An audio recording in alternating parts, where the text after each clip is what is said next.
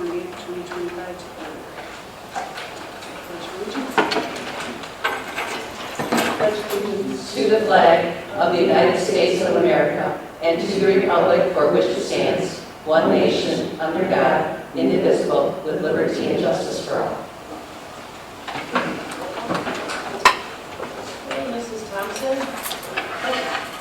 Mrs. McHugh. Present. Mrs. Bobbsey is absent. Mrs. Rosenau. Present. Mrs. Drew is absent. Mr. DeVos. Present. Ms. Brown is absent. Mr. Long is absent. And Ms. True is absent.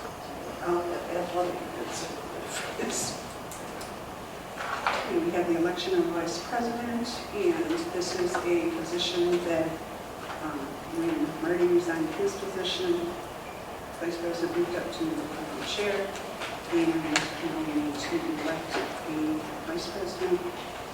Does it have to be a board member? And Leslie and Chris are there, and I think that basically Leslie has completed all of the board certification, and Chris has just started, so we would need a motion to, or we can have a motion to, you have to have 4 votes for the person to vote. So I move to nominate Leslie Rosenau, if you would like it, for Vice President of the Board of Education. I will support. Any discussion? All those in favor say aye. Aye. Opposed, same sign. Okay, Leslie, that is 4 votes. No, we now have to Oh, vote. now that was to nominate. Okay, yeah, that's okay, that's to nominate. And we didn't need to support, that's okay. We're super happy, that's why we're supporting. Okay. Okay, I move to elect Leslie Rosenau as Vice President of the Board of Education. Support. Okay, support. Sure. Any discussion? Hearing none, all those in favor, please say aye. Aye. Opposed, same sign. She is vice president. Correct? Okay, we'll need a motion for the general, which we present. Okay, I just Yeah, let's on the agenda. Go ahead. Okay, we can add to action items. We need to add item I, board roundtable discussion.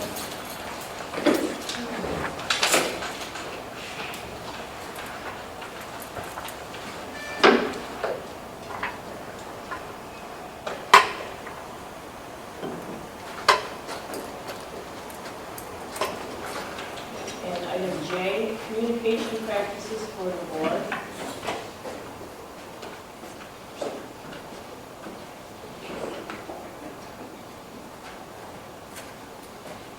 One more.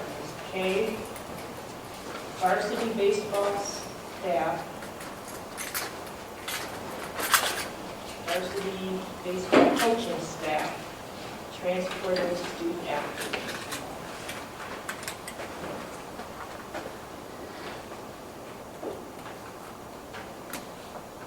Okay, so we do need a motion to approve the amended agenda.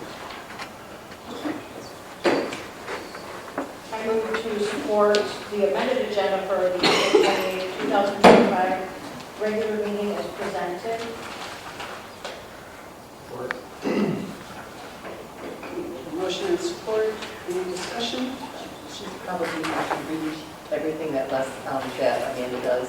That's presented. Oh, that's all we're doing. Is okay, approving the I'm sorry. Okay, so no further discussion, all those in favor say aye. Opposed, same sign, motion carried. Now we're on to the consent Okay. agenda. Under the consent agenda, you are approving the minutes from the regular meeting of March 17, 2025, and closed session minutes of March 17, 2025 as presented. You are also approving the general fund bills in the amount of $583,312.85. AP payroll checks in the amount of $20,848.97 for a total of $604,161.82, with checks numbered 70338 through 70461, and ACH transfers in the amount of $841,156.21 for a total of $1,445,318.03, with checks numbered 70338 and 70404 voided and no additional bills. Personnel retirement, Lori Sanborn, junior high teacher and track and cross-country coach. Resignations, April Sampson and Jade Roach, food service cashiers. Susan Monroe, bus driver. Susan Hankins, elementary principal. Jason Scott, junior high school social studies teacher and golf coach. Change in assignment, Heather Carice, parapro to assistant to the elementary principal. I move to approve the items under the consent agenda as presented. Support. We have a motion and support to approve the consent agenda as presented. Any discussion? Hearing none, all those in favor say aye. Opposed, same sign. Do we have any board recognitions and/or celebrations tonight? I just have something quick. I had the privilege of hosting for the newest Girl Scout troop, grades K through 3. They met their cookie selling goal, and they asked to have a movie dinner pizza night at the Rosenau House.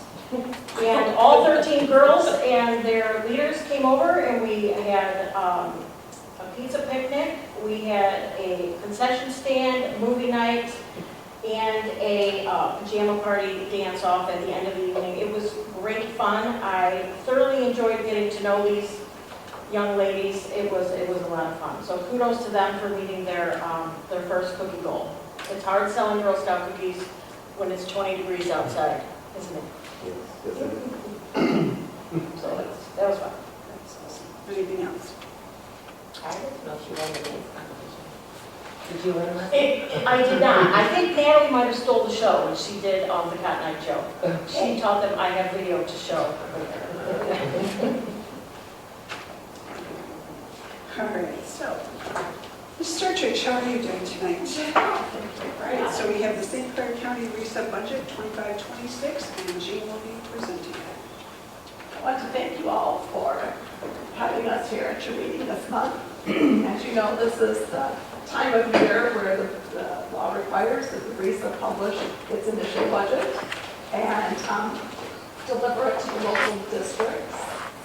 And so we do appreciate the opportunity to come share with you folks, try to answer some questions if you have any.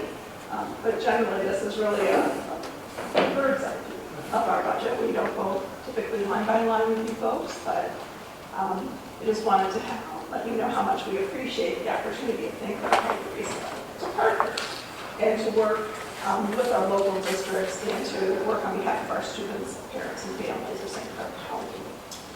So just briefly as a budget overview, as you might imagine, because you're probably struggling with the same things we are, we don't have a fiscal year state budget even close. The reconciliation conference is in May.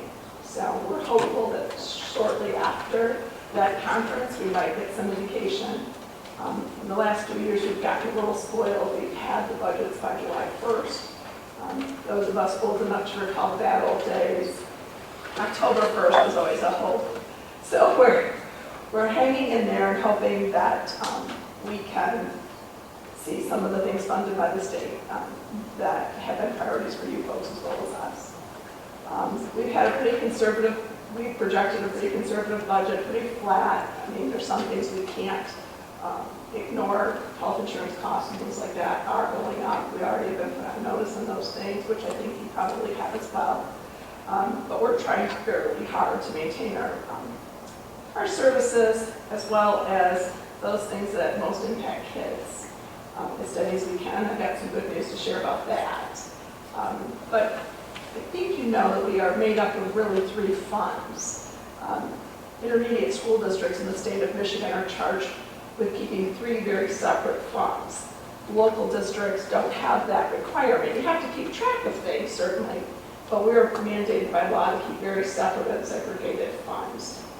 So first I'd like to touch on the general fund, which is largely funded through the state funds, and it's a large percentage of flow-through grants. And those are earmarked dollars that come through us and go out to our local educational service providers. But we do provide professional development, and that's a commitment we make in the county because it helps train our staff, our teachers, our professionals, our paraprofessionals, and all auxiliary staff to really make sure that we get best practices in front of those folks, to make sure that we get them in front of our kids. And so it's a high priority for us at the St. Clair County RESA. We've served over 1,700 educators this year, including teachers, administrators, paraprofessionals, through structured professional development. And beyond those formal gatherings, we have some of our consultants come out to the local districts and work with individual staff, classrooms, again, to try to help with some of those teaching demonstrations and best practices and create a very collaborative learning environment for all. We've also had a new initiative this year, which is the Second Shift Academy, which allows our professional development to the secondary. So we're trying to shift some of that practice in the secondary school levels to focus on some of that project-based learning and things that I know you folks have embraced. And we've also, sorry, I have a bit of a frog. And so we've also been working in close partnership with our local districts, with some of our other initiatives. Some of our 7th grade students come across the county, and they come, and we've worked with Melissa Kibble from the Friends of the St. Clair River. There's been a dedicated staff at Pine River Nature Center that provides some unique opportunities for all of our kids in all of our school districts in the county. And Brenda, I wanted to make sure I didn't miss any of these things. And so we've had some really good inquiry and catching tadpoles and watching the fish and releasing the fish into the rivers and really some really cool data-driven projects for our kids and our students. Another focus is early childhood. Our commitment extends beyond K-12, just as yours does. And we try to encompass a pretty comprehensive support for the youngest learners in our community. And we facilitated 4,032 developmental and social emotional assessments for that ages and stages, which is that very early preschool into GSRP and other similar programs. I believe you guys have a pilot program for 3-year-olds. So that's part of that assessment, which is really good information that we can then watch longitudinally and see whether all these interventions are helping kids and families as they progress through our schools. Imagination Library. I'm a kid of a couple of public school teachers, so whenever I hear about reading, it makes me very pleased, and I'm proud to be part of RESA. Since 2012, we've distributed over 607,000 books in our community through the Dolly Parton Imagination Library with the support of Community Foundation and donations from other partners. So it's shocking to believe that in just 13 years that we managed to distribute that number of books in our community. We've got 500 4-year-olds currently in our GSRP programming. As I said, there's a couple of pilot programs with 3-year-olds. I know you're proud of to think of those. Our second fund is special education. So in those 3 funds that I was talking about, general education is the one that kind of supports all the programs I just spoke of. Special education, we primarily receive funds through property tax, federal funds, and then a large portion of that is flowed through to our local districts as well. And so that's part of the state's model. Give it to the ISDs based on a formula that gets distributed to the local districts. You may be aware of our newest program. I'm sure you're all aware of Woodland. And then we have the Next Step program, which is those students who spent at least 4 years at their local high school who have not received a diploma and who are housed at the community college And there's a robust program to learn job skills, work skills, and transition skills. And our newest program is Creekside Learning Center.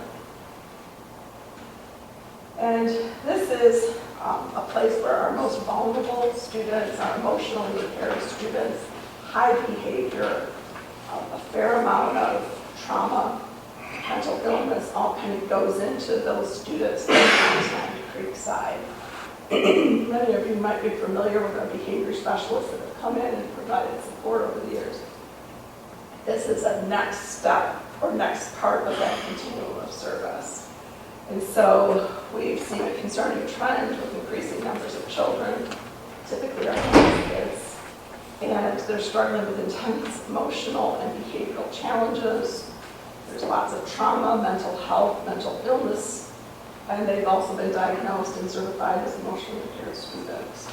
So these are really tough cases for the local districts to be able to respond to. We're currently staffed at 3-to-1 to 5-to-1, adults to students. We just had our 5th student enroll. We opened in October. And so we are bringing together teachers, coaches, social workers. We've got community mental health partnerships. So we have a CMH professional in the building who can work with the children and their families to access and connect to all the other programs that are out there in the community and supports that might be available outside of school. And so this is a very individualized program, but the intent is not to keep the students. So at Woodland, many times when kids come to Woodland, they've stayed in their local district as long as it's their least restrictive environment, and then they move through the process and come to Woodland Developmental Center, which is on our campus.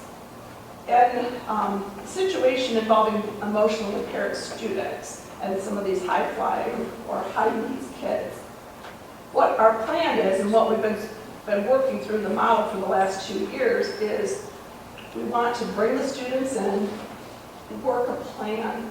We have high attachment, high relationship building, very structured, and create something that can then come back home to their local school. So this is not a warehouse where just, kids go. This is a place where we are meeting the needs of the kid, very individualized, and then we're working to bring them back into their school. We don't just shove them off a bus. Our people are there, and we transition back in small bites. And so it's creating the greatest chance of success in returning to the local district. So this is intended to be an intervention, and we have a limited grade range. Right now, we are K through 5. That's all the law will allow us to do. We can't do K to 12. Each state has their own rules regarding the age span. And so we're focused on those youngest children because we think we have the biggest impact. Right? And that's really been done in collaboration with our local superintendents, our local staff who are dealing with kids in really trying and difficult times. And so that's been a collaborative effort to build what is needed, not a one person thinks it's a good idea. So we are working to keep that program in check. You don't want 40 kids there because you can't possibly hire enough individuals to work with 40 kids. So the plan is to bring them in and send them out as they are capable and able to do. So we're really working to get a brighter future for not only the kids and their families, but the local districts whose children they are. And you want them back, and you know that. Now, from a budget perspective, it's been very expensive, as you might expect.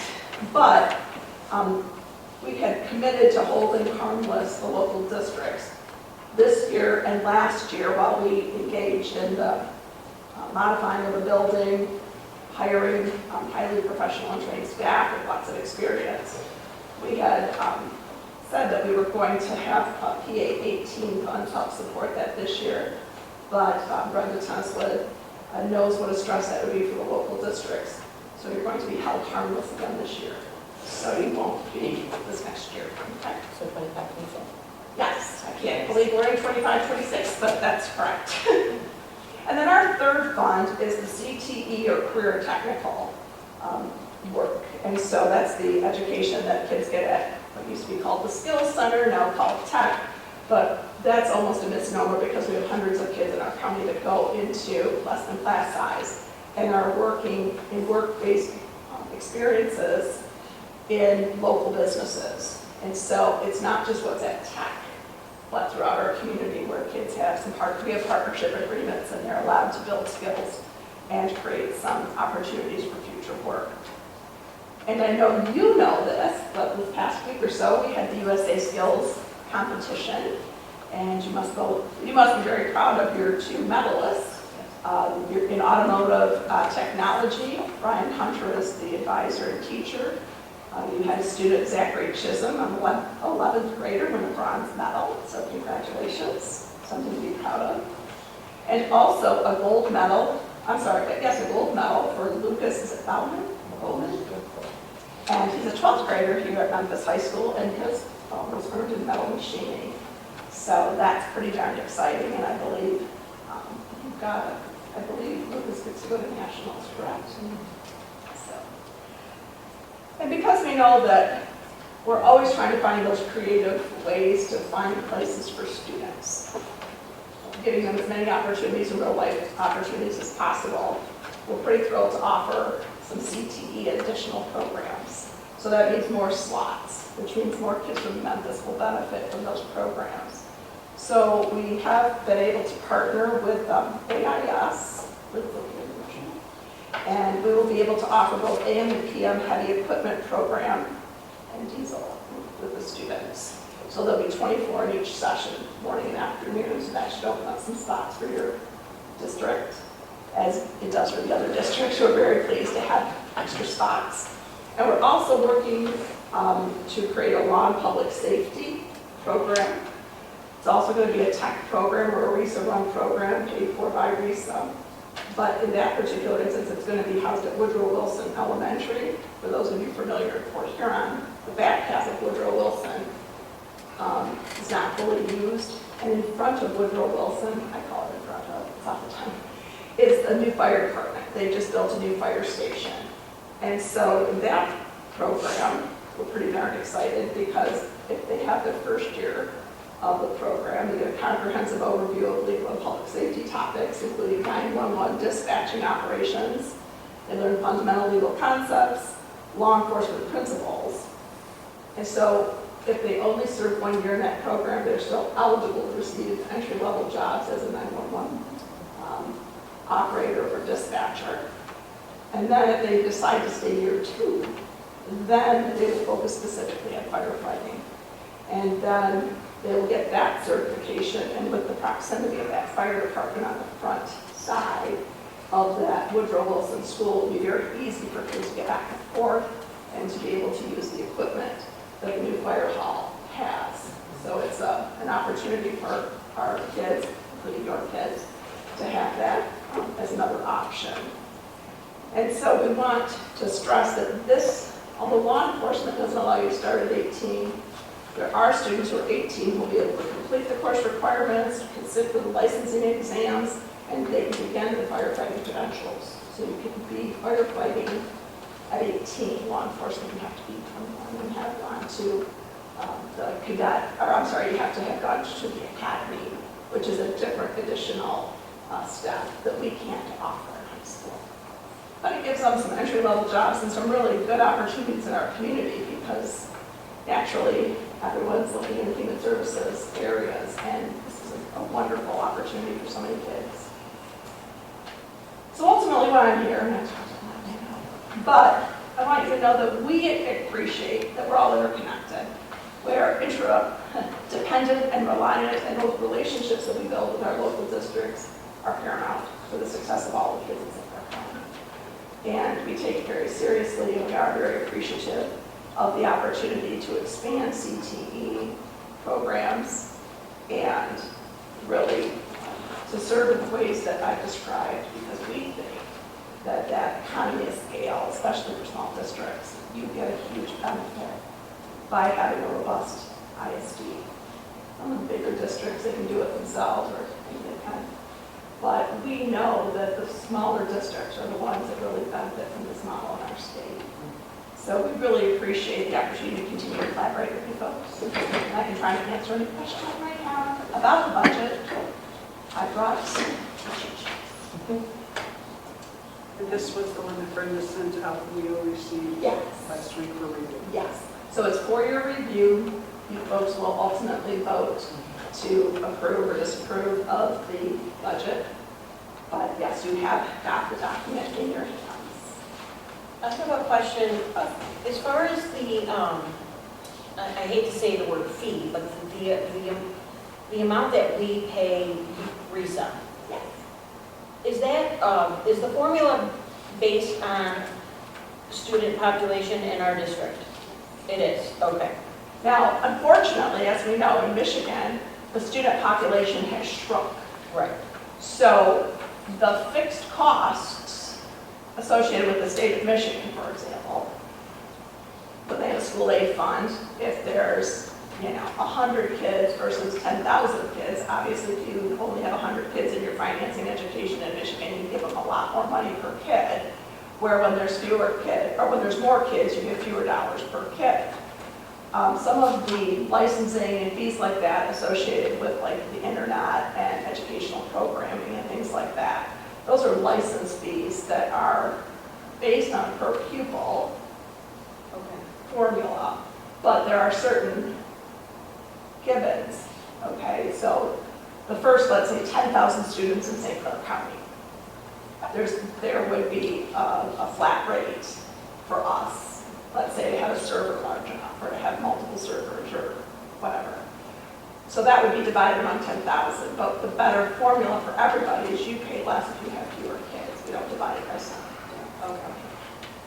I thought so, just wanted to. No, but I appreciate the question, because So are we still giving like 11% spaces at Tech Center? It ends up being approximately two in each program. With the CTE, is there a limit on those, with the ones that are, so it would still only be 2 for Richmond? Like 2 morning, 2 At this point, afternoon? well, at this point, it's based on the total student population percentages. So if you, so long as you represent a smaller district, typically you would get at 11 or 11.5%. You end up, we get 2 slots as the minimum For each program. for each program. And then for any of those second-year students who have like a work-based learning, that is more unlimited. So if we can develop partnerships with other folks, those are not limited slots. It's only the ones that have limited in the program area itself. Based on SID, the state sets forth those numbers. And if there's extra slots, how are they divided? Those actually go back into the pool. So for example, some of our southern districts, Algonac and Marine City High School, even though East China, St. Clair is closer to us, sometimes the kids don't use their slots. And so then those go back into the pool, and then at the counselor's network, they have a slot draw. And so then they're back into the pool, and you may end up with more than somebody else. I know that's always been a problem. I mean, it's Always. more kids wanting to go than we have slots for. And so I'm glad Right. to see that we are at least trying to make a few more Yeah. slots. So the way we see it, it'd be 8 more slots available, minimally, plus whatever we can find in the second year. Yeah, I mean, and for a district that has only 11% or 2 for each area, it is amazing to me when you look at the awards that were given out, the gold, bronze, whatever the number of members has, that are the winners of those slots. Isn't that nice? So it's something to be very proud of. Absolutely, and it's a lot of hard work, and the kids are really dedicated, and the staff really mentors those kids with passion, so it's wonderful to see. As far as districts like charter schools in our area, like Landmark Academy, so they're not a public school, so to speak, like Memphis is. But they are allowed to have students come to Tech. So how does that figure in? And do they pay fees as well to utilize your services? Okay, so it's a 2-part question. Okay, Landmark is actually a public school. okay, It's not the same because it doesn't have a residential area, so I know what you mean. okay. And I'm a kid, I'm a product of public schools, so I'm a big fan of neighborhood schools, residential schools, that's how I grew up. So in my mind, like you, when I think of public schools, I think of a place like Memphis. Okay. But because they are considered a public school under the law by the state of Michigan, and the property taxes help fund voc ed and special ed. So every taxpayer in the county pays, I shouldn't say in the county, in one of the jurisdictional boundaries of the 7 local districts. You understand what I mean that, because you have a little bit of Memphis. I'm sorry, a little bit of Macomb County in Memphis. Okay. And Yale has a little bit of Brown City, so I mean, it's not a perfect county map, but, so if you live in one of those residential areas, you're paying a portion of your property tax toward the ISD in a special education millage and a career voc ed millage. So as a result of you paying part of that millage, that's what gives you the right to access on the same basis as the other partner schools. So you're considered our constituent local districts because you're the 7 districts in St. Clair County. So by law, we have to provide services to other public schools, not Cardinal Mooney, not St. Mary's, not, any private school is different. Okay. But as a taxpayer, you have a right to put your child in the lottery. Okay, so that's how some of those slots. And what we've done in the past is hold harmless the local 7. So we used to have 24 slots in each program. We've expanded it to 26. That's the max we can do. And so no one touches your slots. The Landmark or other public school academy has a chance to get one of the slots through those extra 2 slots. Or if they don't use them, they go back to our 7. So it always comes back to the 7. Okay. So- That's good to know. That answers the question. Thank you. Any other questions for Mrs. Richards? And just because I know I talked a lot, can I pass these around? I didn't want to give them to you first because you'd have been asking me questions all again. But this is just a 1-pager that we distribute for our local districts so that you can see some of how those numbers break down.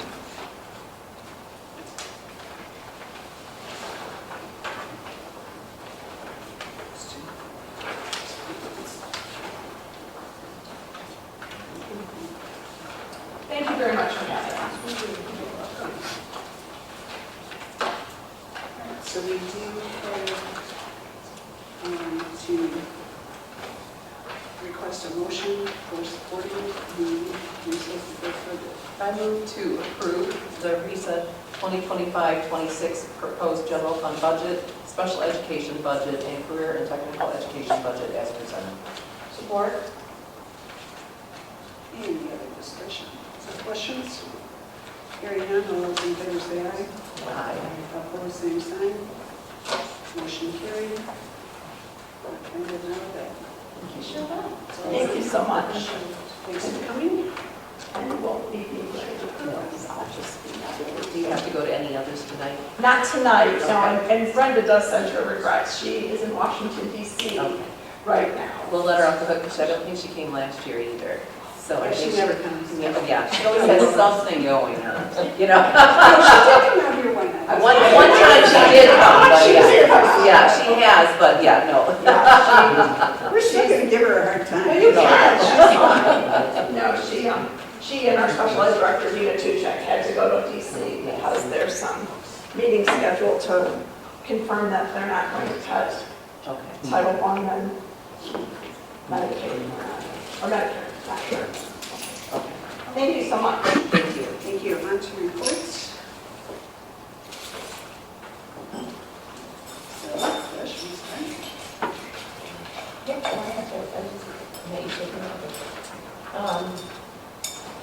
The staff at the elementary school are just incredible. We had a glow-in-the-dark art show at night, and that was just phenomenal.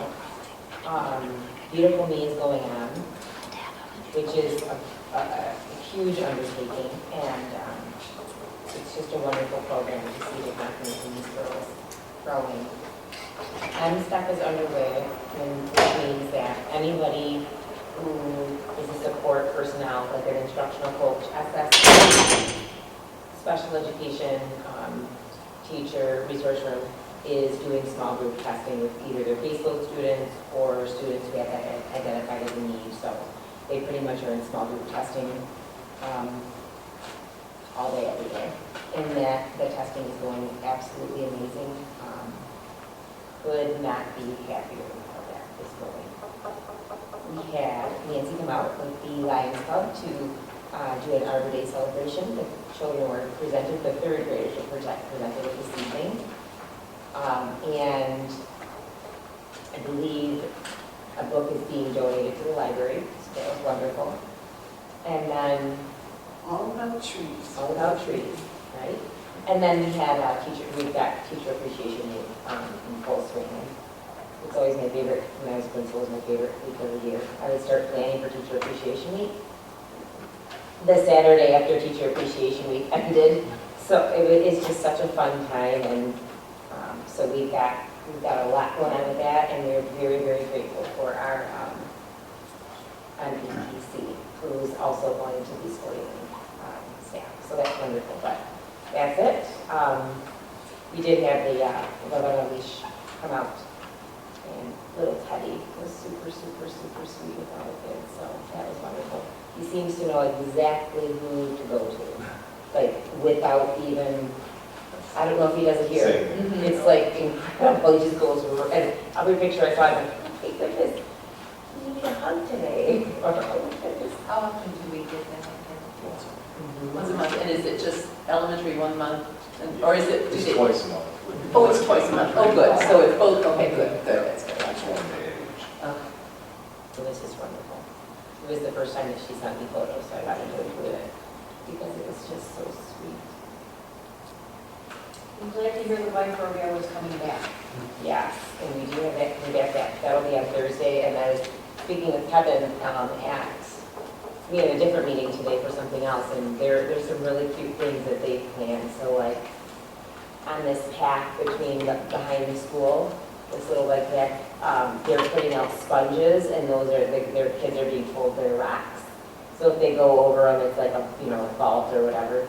And then the art teacher made these animals with numbers on them, so they're going to be all along the route, and the kids, it's going to like test. Oh, are they paying attention? Because one of the questions on the Kahoot after is going to be, how many animals total did you see? To try to teach them that, that peripheral is really important to be aware of your surroundings. Well, you're on a motor type vehicle, right? So there was a couple more really cute ones too that I was like, they're going to have fun with it. It's not going to be as grand route-wise, but the different activities along the way are very, very cute. So. Are we still doing Helmets, 2 helmets, and I think there's like a couple sweet treats in this. So there's going to be a boys and a girls, and then Ms. Moshiri bought 5 extra helmets for anybody who doesn't have them, and then those 5 will just remain in the collection so that we can, for anybody who doesn't have.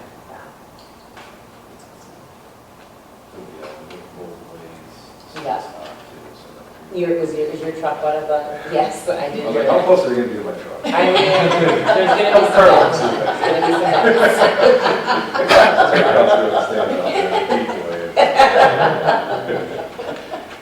Yeah, so that was great. SAT, PSAT, and MSTEP are all complete. We are missing a couple students for MSTEP, but just due to absences, we'll get that taken care of. Students worked hard, they gave their best. I'm looking forward to compiling all the reports and the data as it comes in. NWEA spring testing is underway, and that'll be all completed here by the end of May. So that's starting tomorrow with our seniors. On the 4th of April, SAT meetings were conducted. We reviewed 35 students, we looked at academics, behavior, attendance, and continue to make changes to their plans and monitor their progress throughout. On April 16th, the National Honor Society induction ceremony took place. It was a wonderful evening celebrating academic excellence, leadership, service, and character. Proud to welcome our newest group of student leaders to the NHS. Wednesday, April 23rd, we had the Big Thumb Conference, all academic banquet. Congratulations to Hannah Van Hoody, Lillian Stokowski, and Caitlin Wisner. They were this year's honorees for the Big Thumb Conference. It was at Biagio's in Kingston, so we had a little bit of a ride out, but a good meal as well. On Saturday, Ms. Coppins and I had a great time and a fun-filled event with all of our students who attended prom. It was a night to remember, fun-filled with a delicious dinner, dancing, and sweet treats. So, big thank you to Carlos Banquet Center and all of the chaperones, DJ Ash and Miss Wall came out and helped out, and Markel Keller and her husband did a great job organizing and putting everything together. So, 1 second. Important dates, I just wanted to make everybody aware. Friday, May 2nd is Decision Day for seniors.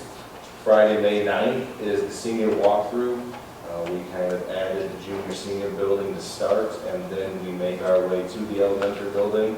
So, and then we're going to do, after the elementary walkthrough, all seniors will come to the football field. Ms. Coppins is going to hold a spring sports, not pep rally celebration, just kind of recognizing junior high baseball. Junior high will be out there, but then all of the spring sports and some of the accolades at this point. And then we'll have the classroom passes after as well. And Carter's on it. Yep. And then Friday, May 16th is our honors convocation, and Sunday, May 18th, I'm hoping for a 55 to 60 degree weather for graduation. But I did purchase additional industrial fans so that every corner will have a large fan to push air around. And Brian and I are looking at seeing if we can adjust the fan that we have in the gym as well for that weekend to help with the bit of air. So that is all I have. What time is graduation? 1 p.m. Is there still a tug of war Yes. on the, okay. Yes. Okay.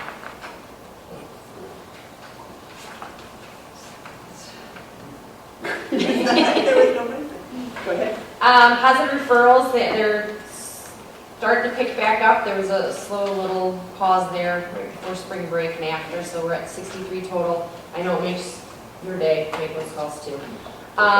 We have a speaker that's been visiting the junior high students to focus on discussions around bullying, being nice. She's come in twice. There are 6 more visits planned for the spring. There was actually an instance where a kid bumped into someone else in the hallway literally right after a presentation, and I looked, say, "You're sorry." And they apologized to each other, said, "See, this is what we're learning."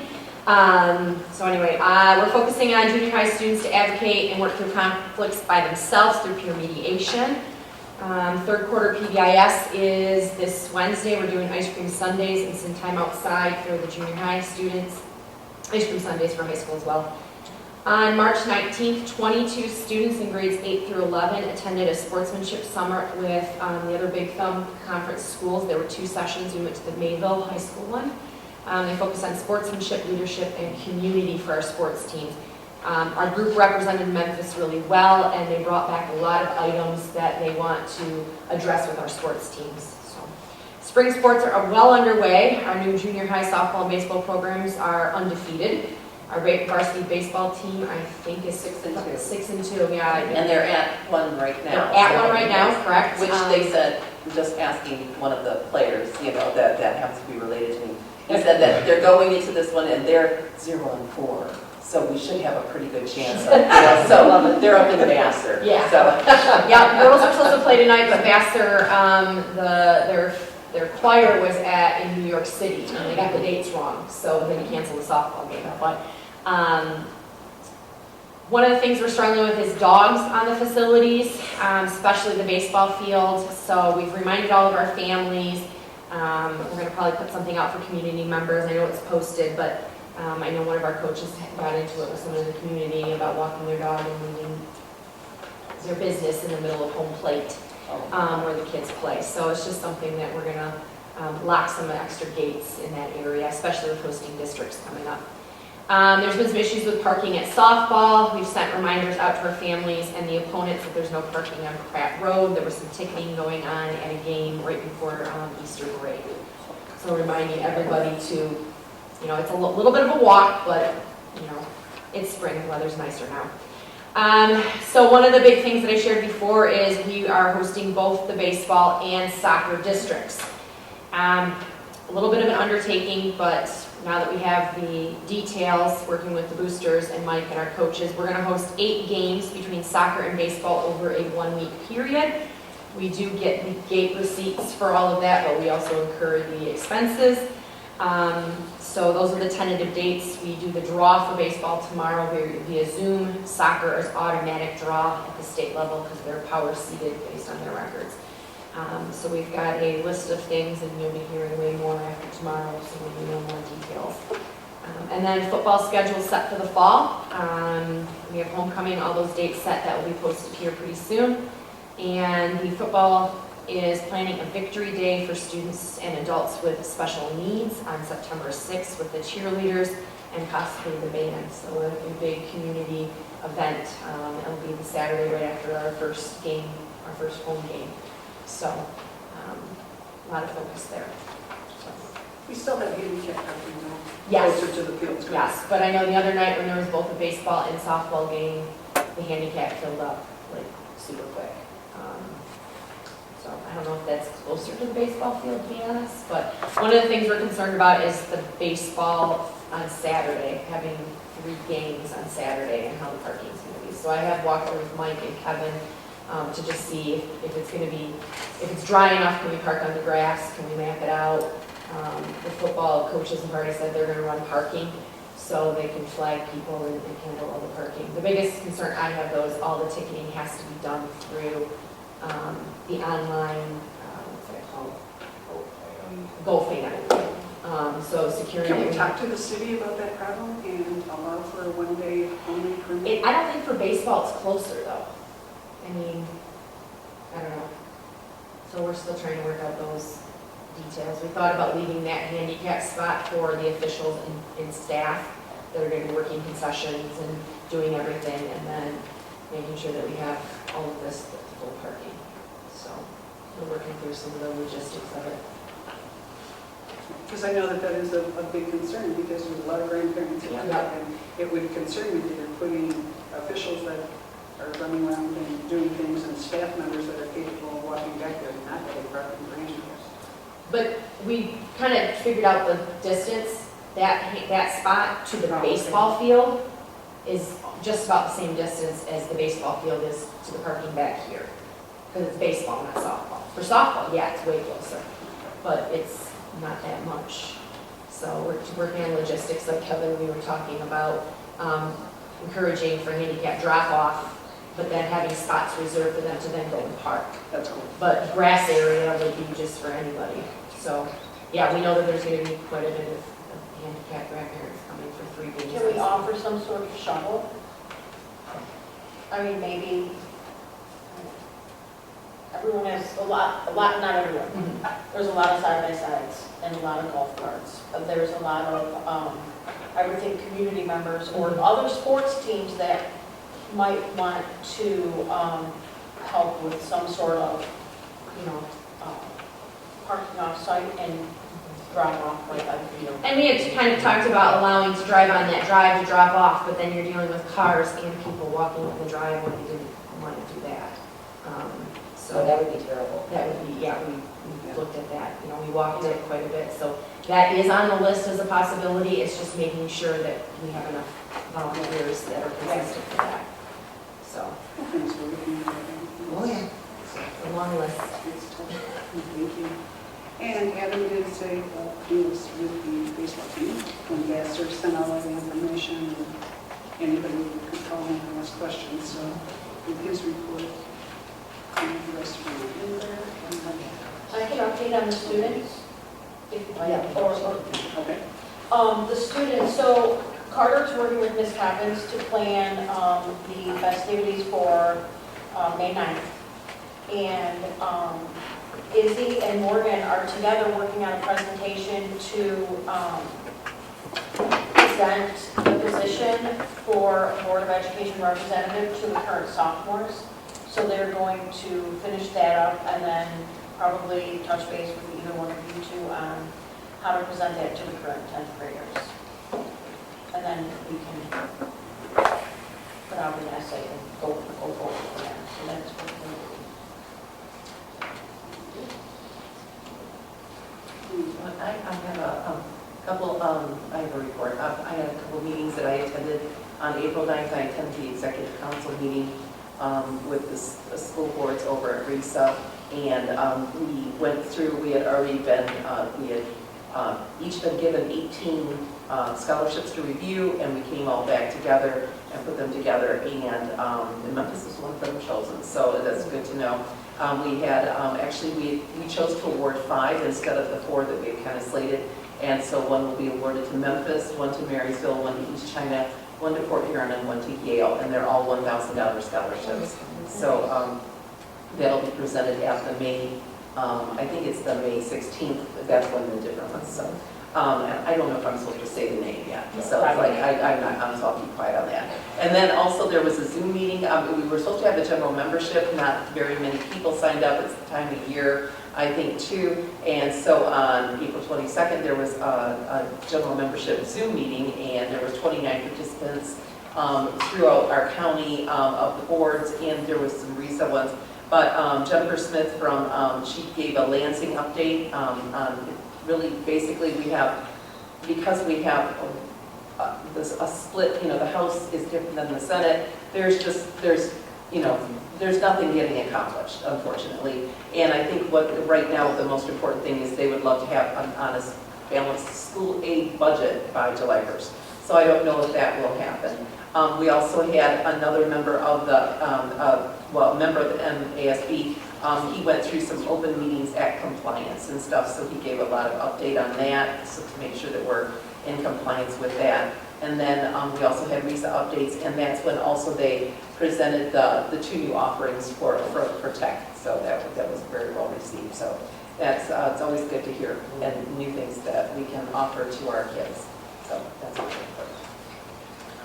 Okay, thank you.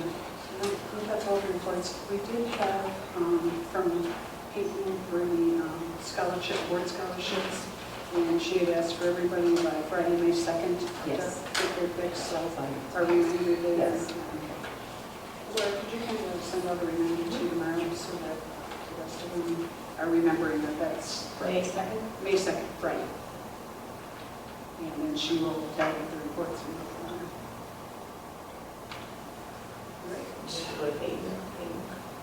And They go to Peyton, yes, correct. that's what she asked. Yeah, she sent, everyone has received one email from Peyton with all of the, Yeah, that we can go through. Okay, do you have any public comment tonight? No, we do that. Okay, correspondence, we have the True Laws, March 2025, and the information from the St. Clair County Tech Skills Competition, which we have previously talked about. So now we're into action items, the bid routine award recommendation. Don Spartan, Al, how you doing? I'll be the project manager on the project for the next 2 years. So bid pack 2, the original scope of work was just 2 new boilers, one at the elementary school and one at the junior high. We're also doing that, but now we're going to be adding to that new boiler pumps, a hot water tank at the elementary school, a new air conditioning unit for this area. Because Mike told us this one's going bad. It was slated to be in a future bid pack, but with the condition it's in, we pushed it to this bid pack. So we just wanted to come and speak because this bid pack was over the original budget, but due to being significantly under budget for bid pack 1, we chose to do, as the group, the district architect, PIA, chose to do some additional work to make things run better, more efficient with adding the pumps to the boilers. And we'd like to try to have that approved by you today to have that done. We'll be doing that work over this summer and have it done by the heating season for next year. I know the first 2 bid packs aren't too snazzy with the roofs and boilers, but the next one we start to see that'll be coming out. We'll have another bid pack in May for you guys to look at, hopefully, with some additions in here, robotics room, things of that nature. So, appreciate it. I have Thank you. Okay, So- can you explain, I know with Mike, right before, or actually right after this bid pack went out for bid, I think, there was a major issue. Yes. So just so that they understand Yeah. and how it's been mandated, because we knew this was coming up. You're talking about the elementary? And I thought it was here. Okay. The pumps? Yes. Oh, so the pumps for the boilers, one of them went down. So we weren't able, you won't have a boiler system unless we replace the pumps. So those are included in here as well. In addition to that, though, those pumps were sized too large for the new boiler you recently received and the future new boiler that's going to go in there as well. So that's going to right size it, it's going to make it more efficient, it's going to allow your boiler to work for the amount of time that it's supposed to be working for, rather than overstressing it and possibly causing issues in the future, or it should just not last as long as it should. And then also your hot water tank over at the elementary school, since we're chatting, that is the original to the elementary school. 1955, 58. Yes. So by replacing that, we're already in there. We were going to end up creating a set of doors in that space so that if there's any future work, maybe that hot water heater getting replaced, you'd be able to get it in and out. So the new boilers are also in front of that hot water tank. So by replacing it now, because we know it's surpassed end of life, you're saving a lot of money on undoing what we're doing now and just taking care of it now. So in the end, you're going to come out ahead because you'd be pulling the boilers back out when that went down. You'd be creating an opening in order to get it out and get the new one in. So we're just doing it all at one time. And so you're going to save money that you would have otherwise had to spend in the future. And will the new furnaces have to have the glycol in them too? They are. So is the glycol pump that was down there, has that been replaced recently? I think it was maybe 2 years ago. You know, I would look into the Because drawing. it was leaking at one point. I Okay. think it has been replaced, but if you're going, you're making an opening in the back of that, you might want to check that out. I'll confirm that with the engineer and make sure that we're replacing it. I do know there was a couple of little things that they were adding on just to ensure that the glycol was streamed and whatnot. as it Yeah. went through. Prior to going through the pipes and putting out. The nice thing, you know, like I mentioned, this is over budget from the original budget. As a whole, the whole district project is under budget, so going through 2 bid packs. That is So, wonderful. yeah, so bid pack 3, with our pre-con teams that we put together, we're forecasting bid pack 3 to hopefully be under budget as well. Great, then we give you a little extra stuff later, right? Like some of the stuff we're doing right now. Great. So bid pack 4, your Yeah. football fields, baseball fields, maybe Yeah. there's something there we can do. Great. Some other things at the elementary school that we see better needed. Put some no dog signs on the Extra fencing thing, you know? Can I ask, as far as the roofing material lead time, and I saw that, is that going to become an issue or push anything back? No. No, No, okay. working with Zimmer Roofing right out of Port Huron, they're local. Okay. So they're excited to work in St. Clair County. Working with him, he said it's something he can get within a couple weeks. Oh, I thought on one of the reports it said like 22-week lead time. The RTU unit Oh, for okay, this area, okay, for bid pack 2, the lady emailed me and says, I usually don't order material without having a contract, but you guarantee I get this work, I'll order it. okay. So, yeah, Okay. that unit that was, had a lead time on it, so that may be something we'd be doing right at the end of summer or even in the school year. Okay, perfect. Okay, thank you. And then the structures on the gym, that comes up later too, Mm. the replacement of those. We're looking into that right now. That's why we're hoping Another bid pack- original. one. That's why we're hoping bid pack 3 is under budget, so we can carry the cost of fixing the rooms. Where they just covered them with Oh, the, dear. I mean, they're terrible when they took down the covers. We're testing and testing on them as well, Okay, so that we'll be able to give some very definitive projections. so there's no roof going over the gym, correct? I'm sorry. The roof doesn't go over the gym at all, they're doing nothing They're but doing the nothing on the gym right now. They are doing it right now? They're not doing anything on the gym this year. Okay, There is a budget for a roof on the gym, But we have to do the other stuff outside. There's no point putting a roof on if we maybe have to intrude into that to fix some of those leaks. Sure, okay. That's true, yes. So we're gonna request some additional testing and get a bid package out this summer, just to see what that will entail, cost-wise. But we're working closely with our structural engineer right now to make sure that we're taking the most cost-effective but safe measures. Right, for sure. And also the testing will be, if it's even safe, doesn't need to be closed until fixed. Exactly, that's a big question. And then obviously, dependent on that is when we do the work. If it says you stay out of the area, we put that bid pack out and start that work immediately. If it can wait, we wait till next summer to do that work. Okay. Well, thank you for all the Thank you. pictures on there too, because it sure made it obvious that it needs to go to the top of the list. You guys are doing a great job. Yes, thank you.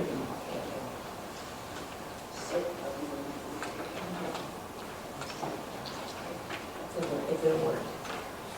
Then we have to approve, right? Okay, let me write one down. Yes, go ahead. It's just, it's approval of bid pack 2. That's what we're doing? Bid pack 2, yes. As presented. Just as presented, we don't have to list anything out or anything. No, that's it, presented. Because it's all in there. Yes. Do you want me to? Yeah, go ahead. Here, I've got it, wait a minute. You have a blue sheet on here, so we can't do it if you... And I did want to mention if something was found that wasn't in its original. I did want to mention if there was something found that needed to be fixed, that's what that contingency is for. We wouldn't come and ask for additional approval unless it was over a certain amount that the board agreed upon, that change orders would have to be signed and presented to you.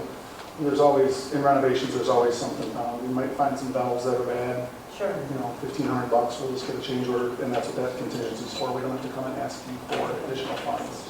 Okay, there you go.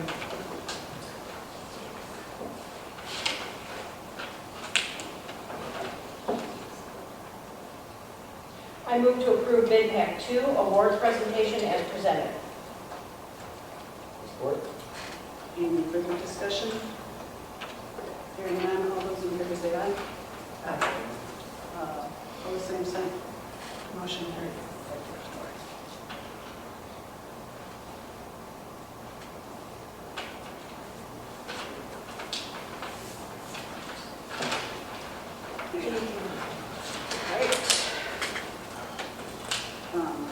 Just because it came up, one of the things that has happened is we have been making motions that were not on the between the line sheet.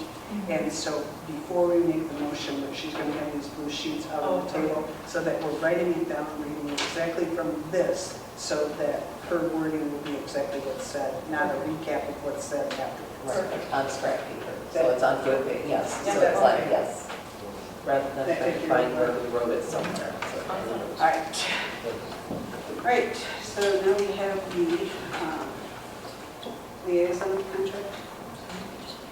I move to approve the St. Clair County Sheriff Liaison Contract for August 1st, 2025 through July 31st, 2027 as presented. Support. Okay, we have a motion and support. Thank you for coming. Thank you. Yes, thank you guys very much. So, Chair, this is pretty much just approving the contract which we had. They just adjust things like insurance and whatever portion, but it's really no different than our current contract. Yeah, I think Kevin's here. Kevin, did you get like a 2% raise? Hiding in the corner? Percent, well, I'm sorry, I didn't hear what you said. I know that you had negotiated, I believe it was the 2%. I got him and I tried to figure it out. I'm sorry, it's still here. The new contract includes a 2% raise? I don't know because we're in negotiations certainly. Okay. It was proposed between 2 and 4%. Yeah.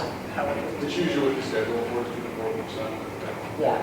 When Adam figured it out from what the last year's was, he figured it out about 2%. So, yeah. the rest of it was just pretty much the insurances and Yep. the concentrating. Everything else the same. And I just want to say thank you. I mean, you are a complete asset. Not just You guys have me here. Not just St. Clair County Sheriff's Department, but you personally. I mean, you've been able to make a connection with all of the students. Mine personally will come home and tell me how they joke around with you, and then, but then they've seen the serious side of you. when there was, a lockdown, and they came home and said, you were all business. And, I mean, it really changed, they really got to see what it was like to be a sheriff deputy in a high school this day and age. And you've made some great connections with the students, and I appreciate that. Appreciate you having us. And I think everybody does, and it's just, and the one really nice thing about it is when we had a liaison that was just Memphis, and it was only one police officer, they weren't here half the time, because they had to go to Memphis if Memphis needed them. So when they were supposed to be at school, so when we switched to the sheriff department, all of a sudden, you were here, and that was just amazing to know that you could count on it because you were here, and the support of the entire sheriff department was here. So that's, and to hear what you're doing with the bike rodeo, I just have to throw in there, it used to be a really hard thing to get police officers here because part of it was on the Macomb County side and part of it was on St. Clair County side, and neither department wanted to send anybody. So it's just really kind of cool that We downsized it, we downsized it from what it was in the past, but that's okay. I'm glad to see it back. It's kind of neat, kids are all looking forward to it, so. I appreciate See how it it. goes. That's what I was gonna say too, Kevin, is you're always doing the extras, so we really appreciate that. Thank you. The Strive for Drive or just the bike rodeo, so thank you for everything you do for the high school. Protect your car. Appreciate it. So we have a motion and support to approve the St. Clair County consent contract for August 1st, 25 through July 31st, 27 as presented. All those in favor say aye. Aye. Opposed, same sign. Motion carried. Okay, truly policy updates.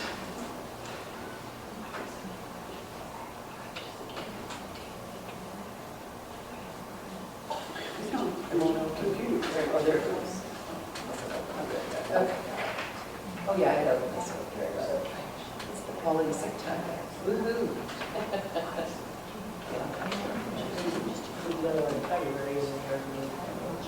Did they? Okay. So it's just an update and everything, so. Motion to approve. Okay, I move to approve the revision of the March 3rd, 2025 ESTA tree policy update as presented. Support. Motion made by Ms. McHugh, supported by Ms. Rosenau, to approve the revision of March 3rd, 2025 ESTA tree policy update as presented. Any further discussion or questions? Hearing none, all those in favor say aye. Aye. Opposed, same sign. Motion carried. Okay, tenure. Nicole Skip, elementary school teacher. Take a motion to the table. I move to grant tenure for Nicole Sicilian, elementary special education teacher as presented. Support? Okay, we have a motion by Ms. Rosenau, supported by Mr. Buzz, to approve the grant tenure for Nicole Sicilian, elementary special education teacher. Sarah, would you like to talk about this? Nicole is just, I mean, you could think of all of the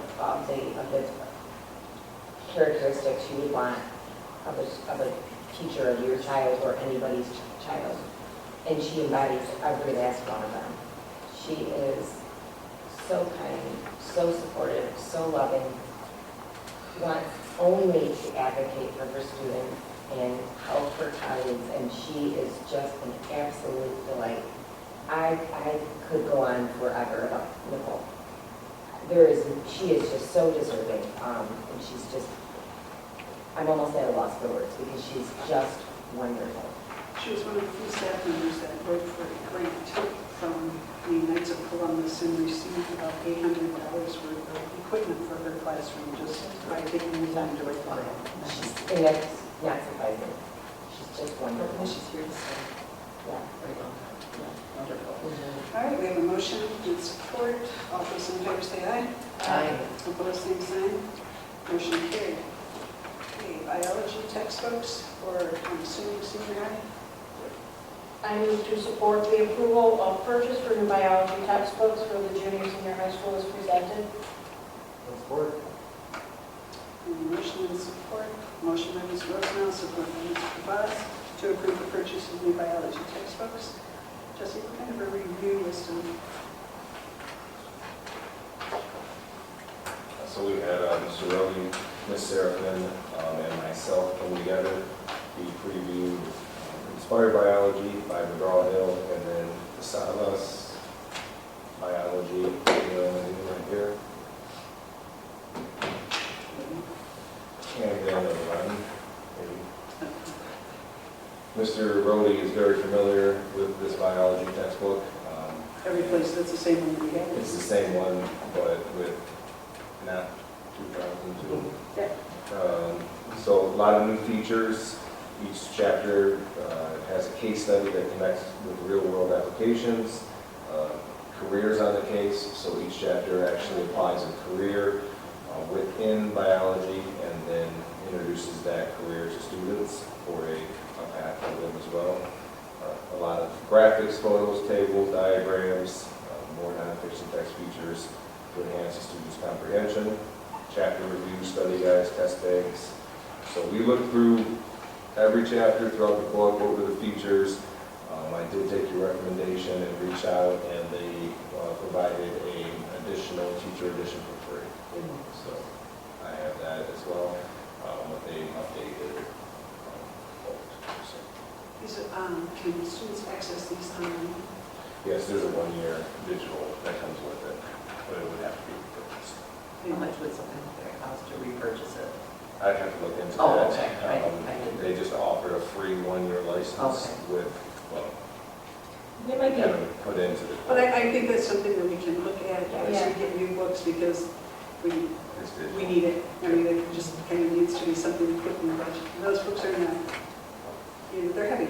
They are They're heavy. great to have in class. It's gonna weight down on, can kids take them home?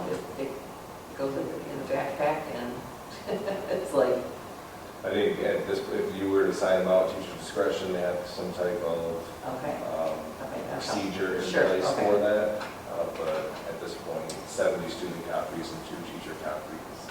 If we have digital access, we won't need to take them Nice. home Okay. because they can access And it it lasts a digitally. little longer. So and that's. I can't see it, I mean, I have 3 older, they're not going to let it get. No, And then hopefully returns too, so I would probably err on the side of caution with that and look more towards that digital. And maybe if we did if we're purchasing this, I can look into how much is a 5-year, Okay. 10-year, Okay. probably the longevity of the book. Okay. And it would probably be a lot cheaper to get that route. And they with would digital. last, and they would be in good enough condition to, when you pass them out, use them in class. Yeah. For the digital Yeah, access. And you're right, they're probably, they're probably about 2,000 they were purchased, right? Something I like think my name is in one. that. I'm sure, but what about fiscal science? It's all intertwined with that, and they have a section within that too, that you can have, but we look just at biology. 'Cause I mean, it's- like next year, something like that, might we be looking at, now that they pretty much have the standards? I think we're looking at another set of textbooks rather than the physical science, so. There's a whole, Algebra, yeah, there's a list of others that maybe. So math is fairly new. I mean, those were within the last 5 to 7 years. And so history was fairly new, or they had different things. So, good. I'll bring it. I like that, this one touches on chemistry as well. Yeah. Because there's a vast difference, obviously, between biology and chemistry. It's not fun having 3 kids in chemistry. All right. So we have a motion and support. All those in favor say aye. Opposed, same sign. Motion is carried. General fund. Need a motion. A2 budget 24-25. I'll make a motion to approve the A2 budget for the 24-25 for the general fund, food service, and internal accounts and board scholarships as presented. Support. We have a motion made by Mr. McHugh, supported by Mr. Ross, to approve the A2 budget 24-25 for general fund, food service, and internal accounts and board scholarships as presented. Any discussion? Hearing none. All those in favor say aye. Opposed, same sign. Motion carried. ESS, substitute chart. So, need a motion to approve. I move to approve the ESS agreement for the 2025-2026 school year as presented. Support? We have a motion and support to approve the ESS agreement for 25-26 school years presented, and that is the contract for substitutes. And all ESS agreements. Which incorporates our, Custodian? yeah, custodians. Custodians, daycare, Okay, miscellaneous, aides, okay. and some of our coaches. Oh, okay, so it's quite broad. Okay, any other questions? Hearing none, all those in favor say aye. No. Opposed, same sign. Motion carried. Question. Okay, next one, the MEA calendar. I'll make a motion to approve the MEA calendar for the 2025-26 school year as presented. Support. Motion made by Member McHugh, supported by Member Rosno to approve the MEA calendar for 25-26 school year as presented. Any discussion? Hearing none, all those in favor say aye. Opposed, same sign. Motion carried. Okay. It was asked that we have a discussion on weekly board roundtable that we put in recognition and, that, but left out the board roundtable. And it was recommended that we put that back on because there was really no other time in a board meeting to bring anything up. So the reason that came about is because it's recommended that you don't by MASB. Okay. But, and that was something that Laura has been to many trainings on.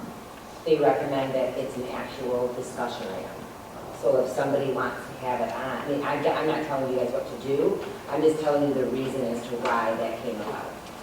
Okay, and I understand that. So if there's something we want on the agenda as a discussion item, we just reach out to, I would make the president, yeah. To the president, and then it gets, and if it's something that should go on, then. Kind of like the two things that were added to tonight's meeting, but normally you do the agenda, sure.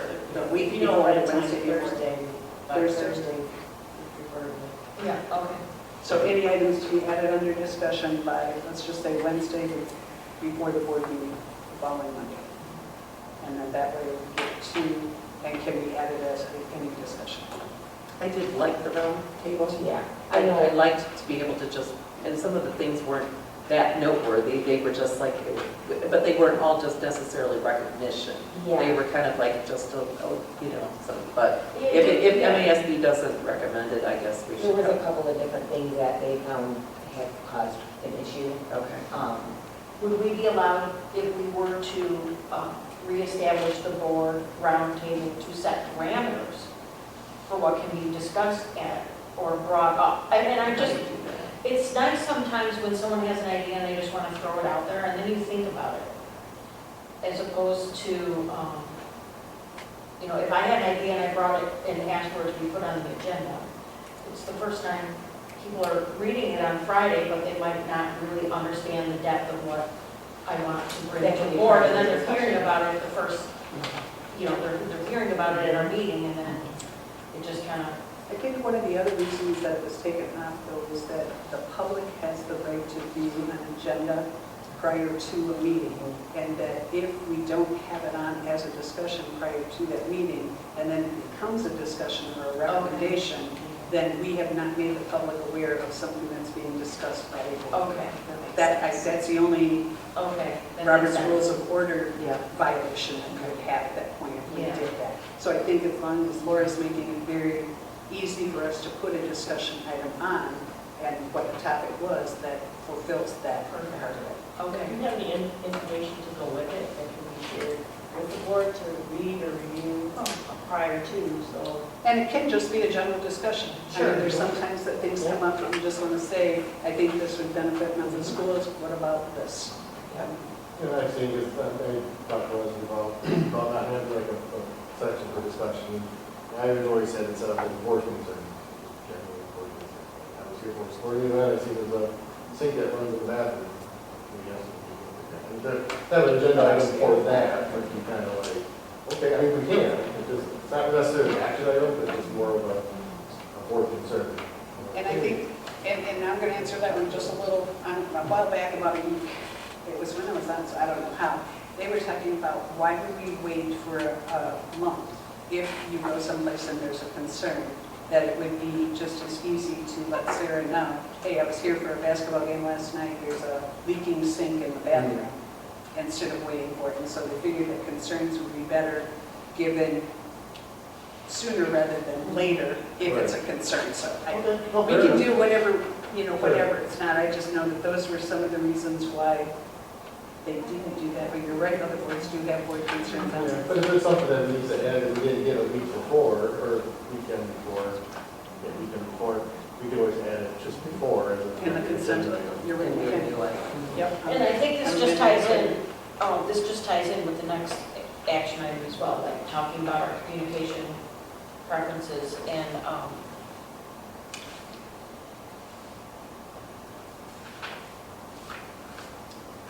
Leslie, if you want to, it isn't on the agenda, it's a discussion item, so I know that was, I didn't know whether you were saying, like, if an email is received before it was, Marty was going to write back, so now I am writing back if an email comes to a board member, so they're not getting 7 different responses back to one email. But you're talking about other communication. I'm just talking about communication in general. I felt very uncomfortable the last several weeks getting emails addressed to me and not being able to respond. I understand that there was to be no comments, no communication about the situation that was going on, but when a community member takes the time to reach out via phone call, I answer the phone, or they stop me at the grocery store or down the road, I talk to them. If they email me, I want to be able to respond and say thank you for reaching out. I mean, they're taking the time to send me an email. Granted, everybody's probably getting the same email, but they're sending it to me and I want to be able to acknowledge that I've read it. Thank you. I just want to be able to say thank you. I think that we were directed not to, and I'm not comfortable with that. I would never ignore a community member. I just want to be able to say thank you for taking the time to reach out to me. And I don't think there's anything wrong with doing that because you're not taking a stand, Thank you for taking the time. I write received a lot, just thank you, received. But So as president, if someone sends me an email and I respond, do you want me to copy you on that? Like, we should all be in the loop though. well, the only time that we respond as a board if it's sent to a board. And that is the one that we had always decided that the board president would make a response. So when we receive an email that's sent to the Board of Education, they are getting a response back from the board president. But if it's just to you, that's your email. You're not, I don't know. You've been to, I think they're going to get an MASB workshop. I would agree. I like that idea. Everyone's on the same page. yeah, I mean, and we're talking about doing that, but it's, I think that's what we need. because the biggest part is that the responses have to be one as a board, not as an individual person. And we also have to follow the chain of command. For We do not want to get back into, we've made a lot of progress. And it is extremely difficult if there are 7 people or 6 people all responding with a different outcome. Right. And I haven't even heard, I haven't even gotten a phone call yet. And we've made so much progress with that. That needs to be at the forefront because procedures are in place for a reason. Well, yeah, and I think there has to be research there, but there's not anything that says that any board member cannot listen to or say thank you to a community member for. I'm not saying that. No, I agree. I'm saying that we've got to be careful because we've made a lot of progress with our communication protocols, which was a board directive when I first got here. And that would not be good if that was undermined.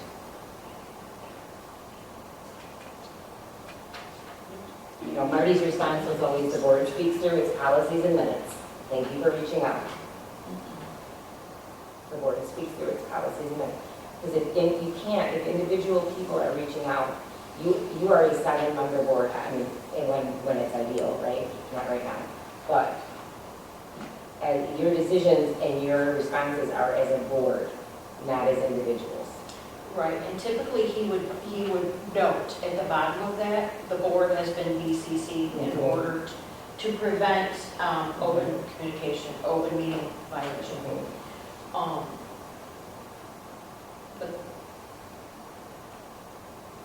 I just want to make sure moving forward that every email is responded to, and the board sees that it is being responded to by the president.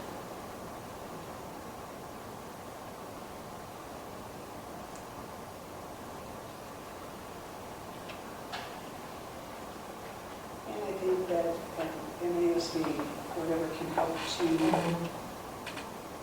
just to generalize when you can, and what the best way to do it is. Yeah. So, yeah, I mean, and we had one set up, and it was canceled, and we had to, go back and see. And I think the statements that the previous president was making, I think they're appropriate, and I think that's okay. I just want to see us continue that, and with all emails. Correct. And I want to make sure that I give the fund balance to because I think really the only one that we've had in the situation has been remedied, and you had it, whatever lately, has been the one on the track team side. And that we all know, everybody does know, and you said that. I had no idea, like that was never even brought to me. I didn't hear part of what you were I just said that it was, it was just reached out to the board on the track team side, but it was sent. This is what I'm talking about. This is exactly what I'm talking about. That email, it doesn't make sense to me that it would go to the board and not either the maintenance director or me. You guys aren't out there getting the permits for a sign. You're not out there planting a sign. Like, that did not make sense to me. Well, and I mean, the whole thing is the response back was it would be investigated, it was going to be a Monday Well, night's yeah, meeting. because Leslie called me and said, I don't know how to respond because they reached out to the board. I said, who reached out to the board? And then she said, well, the track team. I said, I've never even heard from the track team. And I said, please respond that she is to reach out to me and the community, our maintenance director. So no, it didn't go like that until that's what I'm talking about. We need to avoid that because it's been so good for the past couple of years that everything is, the board speaks through its minutes and policies, and there's the chain, because if you've got 18 different people, it would just be like if a parent reached out to me without going to the teacher and not going to Jessie, so like, that's not appropriate. Like, if a parent reaches out to me, has an issue with the teacher, they should not reach out directly to me. They should first reach out to the teacher, and then if they're not happy with that response or they need help mediating, they should go to Jessie, and then if they can't achieve the resolution with Jessie, then they should come to me. But it just creates a whole distrust in the organization. The entire organization gets distrusted when you don't, it's because what it is doing, what it would be doing in that specific example, it would send a message to the teacher that I don't trust the teacher to redirect this parent to the teacher, and then it sends a message that I don't trust Jessie to handle the resolution or the mediation between the teacher and the parent if they're not happy, and then the whole organization is in cloud of mistrust.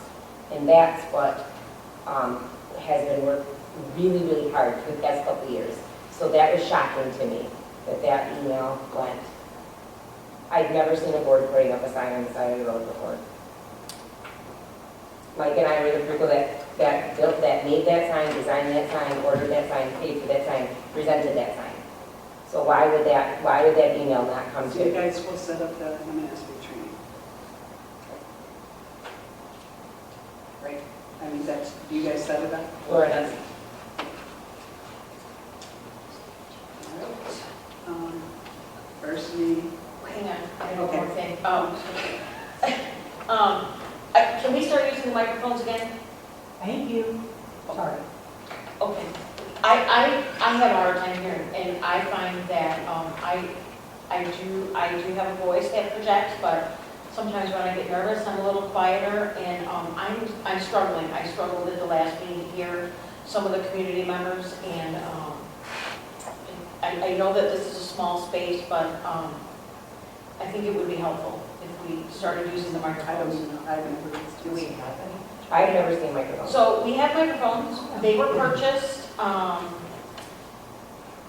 at some point around the COVID time. We had a very large board meeting that was attended by several community members shortly after I got on the board. It was held in the gym, and we had microphones for that purpose. And which made sense to have microphones while we were in that room. We did use them here for a short period of time, but I think just after time went on and the meeting space is much smaller and participation is significantly smaller, we felt that we didn't really need them because, for obvious reasons, but I'm having a hard time hearing. It would be helpful for me if we had them. Okay.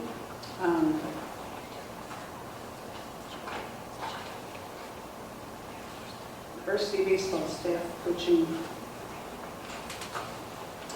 transportation. I move to approve the transporting of student athletes by varsity baseball coaching staff for the remainder of the spring 2025 baseball season to and from sporting events when district transportation is not available, as presented. So we're just making this an action item because this is a new team to our district? No, we had that policy, it was made quite a while ago that parents could communicate if it was supported by the board. So I'm assuming that you're having difficulty right now with transportation or could have problems with So transportation. the policy supports that parents can drive through the forms that are filled out, but not coaches. Coaches, according to the board policy, coaches have to appeal to the board to be able to transport. We have parents that are also coaches, so just to make sure that everything's protected, so like Adam, he's a district employee, but his son also plays. So does he fall under district employee or does he fall under parent? So to make sure that we're following under everything legally that we need to do, we are following this policy to appeal We to the need a board. second on that, on a lot of parents. Support. So now we can start finish up the discussion. So Sorry. it basically is using the policy that we have on hand, but the board is giving permission Correct. for this Coaches. season for the coaches. Now, this Just limit the varsity just baseball. varsity baseball, or why not all?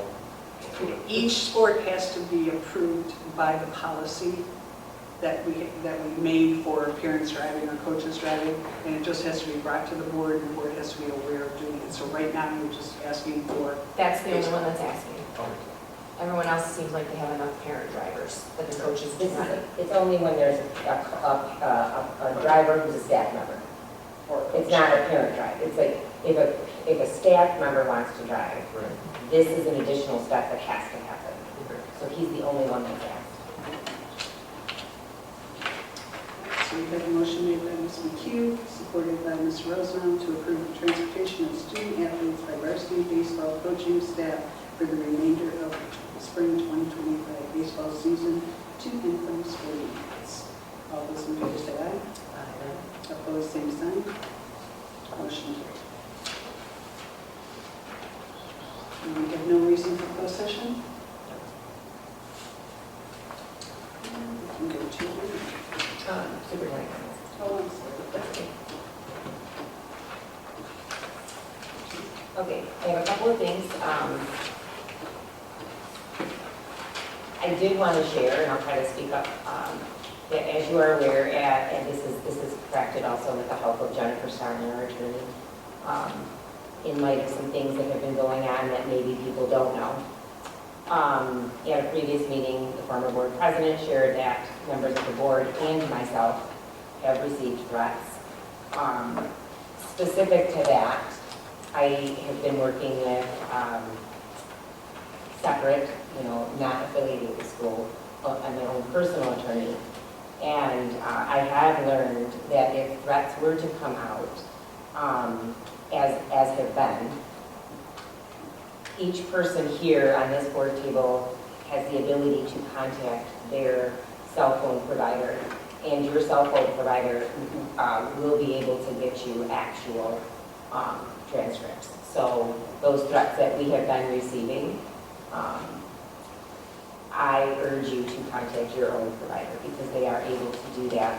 They did tell me, absent a warrant, like from a law enforcement agency, it does take a lot longer, but I just needed that clear so that I know what I would do if some of the things that have been provided to us that actually happen. And I just want to make that known because it's important to front load things in the event that something happens. Additionally, only because we have two lovely bus drivers here who are just incredible. And I did want to point out, I know we talked about at the November PD that one of the benefits of all of these bonds that are happening is that money that we spend on maintenance, because right now we're band-aiding everything. With, we've got a hot water heater from 1954 or whatever. We've got, you should have seen Mike remember with that pump. They did something and had Watson Brothers come out, and their potential was that fix could have ended up like punching holes throughout the entire piping system. So there's so many things that we are fixing every single day, and you cannot use bond money for that. And so our hope is that once we are able to get these older things fixed, we have hundreds of thousands of dollars that are allocated to our maintenance budget every year. So 24-25 is this school year. There's about 150, I think, Adam and I figured out, 150 thousand just for repairs. When you have a brand new roof, it's easy to see you will not have that repair. When you have hot water heaters, boilers, you don't have to call out Watson Brothers or whoever else and every time you call out a service, it's $5,000 for a call and then to fix. So none of the bond work has started yet. It is starting though. And therefore, the 25-26 budget should be, in theory, because of all of these fixes, we should have money, 25-26 school year, for the cameras. And as the Finance Committee was aware, we did try to put when we met with the Department of Treasury, we tried to put cameras on every single bus. And the Department of Treasury refused to approve our bond application because you cannot retrofit currently owned buses. You can get cameras on new buses. So the two new buses that we have will obviously be with a video camera. So we do not have funds right now because of all of the maintenance and other things that have happened this year. But with the bond, we are very much looking forward to being able to have those cameras. Because we'll have more leeway now because we won't have to be fixing things. That's the point, right? And that was what I talked about at the November 1st PD. Like before the bond even passed, it was like, here is the hope. Yes. Right? So, that's that. Do we have any working cameras left? There's 0 working cameras. And then the trail cam, we bought some because we did have a student who almost got hit. Okay. They're $88. They don't connect to any network, and they have a cartridge. So you can take the cartridge out every night, so we get a report. So if you think the $88 cameras that are not connected to any Wi-Fi, that we bought a couple on that path where we had cars now cutting through crack to avoid the line, right? I think it was Kevin and Mike put up some, we bought some $88, 4 $88 cameras.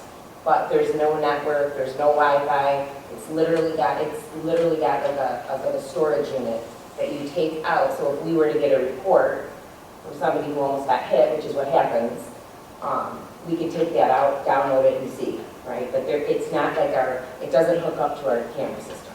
So if you would prefer, we can do that, but I don't know that those would be very helpful, because oftentimes just like with everything else, sometimes you'll be transporting, right? And you don't get the phone call until the next day. Well, as soon as the next route would happen, it would be filmed over. So just throwing that out there. We are very much looking forward to. Just wondering why we don't have like pilings preventing vehicles being on that path at all. That's a We're good- not designed for it, so why would we do anything? Well, because the coaching staff has always been, I learned this, it's always been that the coaching softball and baseball and concessions have, because of we have a lot of heavy equipment, that they have used, but when they drive that path to get to either the concession or the fields, there's no students. It's not at dismissal and, it's not at dismissal or drop off. And that's where people are cutting through. So Kevin and I had a meeting, and Mike, separately, the three of us didn't meet together because our schedules didn't coordinate. But there are things that we are trying to, get some barriers, because we can't have that. Any drop off at any school, at any town USA is crazy, every drop off. So they're pulling off of Pratt Road and driving up the, The pilings to back. prevent what? Waiting to Yes. pick up to get, so Faster. they don't have to come out the front. So they don't have to go down Pratt, or sorry, Oh. Bell River to Boardman to turn, yeah. Okay. We can't put gates on it. That's what we were thinking. That's what Kevin and I last talked about. I do want to say something though, it's not happening just that time too, it's happening at nighttime if they're using it for a driveway, it's turned into basically a road is what it's turned into. On the weekends, people are using that back there, cut through, it's becoming way beyond what it's. I can use it right now. Yes, neither did I. I mean, the double gate put up on each of them, like, the double gates or whatever at the beginning and the end of it. Yes, That he's could be kind of locked. talked about that, It's yes. going to stop it. You correct? just put that, you just have to put the gate, so like, if you put the double gate like that, they're gonna, trust me, they're gonna go around. But then now you got the students walking on the grass trying to use the walking path, so the pros and cons about putting the gate up. It's terrible. Or talking about putting the pillar up like you were talking about. Put it in the middle. They do make ones that are removable and you put them back in, there's ones out there like that. I mean, but there's an option on Pratt Road, it has a gate, which means Sarah knows, just, so as Jones gates back, when you start locking the gate up, and the game manager, whoever's doing the game that night, opens it up and relocks it afterwards, that might be an option too. We're trying to come up with ideas. Okay. We gotta figure Those it are out. all in discussion with Doug, working too. And then to retrain people, the coaches and that, like, okay, lock the gate, do this and that, so some more steps. That's all I have. I'm going to get to it, but yeah. Because I know at one point in time, didn't they have it so where cameras could be, especially on sporting events, take another one bus and put in another one? Did that ever happen? No. They were wired into the bus. Each bus Doorbell cameras still work? The ring cameras? I mean, would any of those that are 98, I mean, I know the trail ones are there, but The thing about a trail camera, and I don't know if it's the same with this one, but like, don't they snap the picture and then, so anytime there's movement though. So then they would just straight on the bus, there would be constant movement, it would always. This one, I believe, it just, from what Ryan told me, it's like a 24-hour type, Okay. yeah. Or 12-hour, I don't remember what he said, but when you get information that you have an incident, that there's a report of it, Right. you can take it's like the card. So you would need to then buy a gazillion cards to replace a number of the date. Yeah. Put a new one in Just every download week. Yeah, just download it right there. Sir, if it doesn't look like we would have money in next year's budget, I mean, how many buses do we have now? So it'd be like $800 or $900, 9 buses, how many buses are? Well, you get 8 buses in every day. I mean, I guess what I'm saying is if it doesn't look like we would have the money until a year from now. I don't foresee us, I truly don't see a scenario where we're not gonna save. Jen, I believe the last quote she gave me for the middle of the road one was 2,400 per bus. And I don't foresee a scenario where we wouldn't have that for the 25, 26 with all of the savings. I really So don't. it really, I mean, so if we have to do a stopgap for one more year, Yeah. then we would go with, at least try the, Yeah, the but cheaper I think we'll ones. be fine, just because of the amount and because of what we're gonna be saving with. Because I think one of, you know, and I know you can't use the bond money, Yeah. but we do also want to look at the savings article, so Yeah, I'm no. sure you would. Yeah, definitely. So, okay, anything else? And yes, Real quick, one more step back. So you said when we have money in the next year's budget, we're talking after June 30th in the fiscal year period? well, ideally, we know what the governor's gonna give, and ideally, we also know what our enrollment is, because we're anticipating some. So if we did have the money, when would it be something in the fall, would you maybe look at that, or what? That's Yeah. what she was saying, she Yeah, yeah. thinks we'll have the money to put them in. So that we could do it early rather Beginning than of later. fall. Yeah. Gotcha, okay, I was Because just. we'll know throughout the summer, I mean, we're 12 months, so you start getting like withdrawal slips, you will know, you'll have a general idea about what enrollment might look like. Did Marty or Craig install those, or did they have to go to a different place? They installed, they were able to. Marty or Craig installed them? They were able to wire everything that we needed, but I don't know. I believe the quote, if I can remember correctly, Jen said that included installation. She didn't tell me that, but I know that the warranties will be void if they don't install it. that way. But I don't recall if she told me. I thought one of them included installation, but I could be wrong, but I'm thinking that she asked for that because we don't have the means to do it. Yes, and they usually will void those warranties if you have anybody else Correct. installing things like that.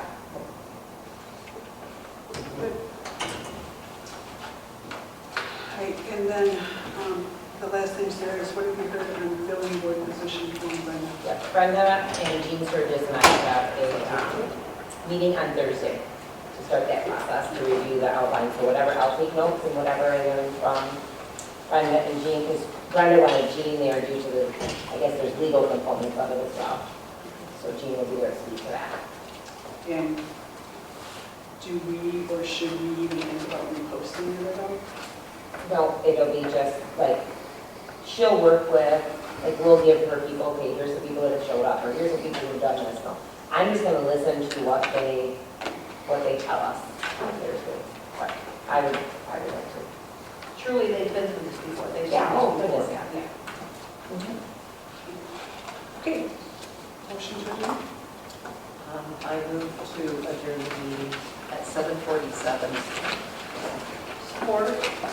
For the motion and support to adjourn the meeting at 7:47. All those in favor?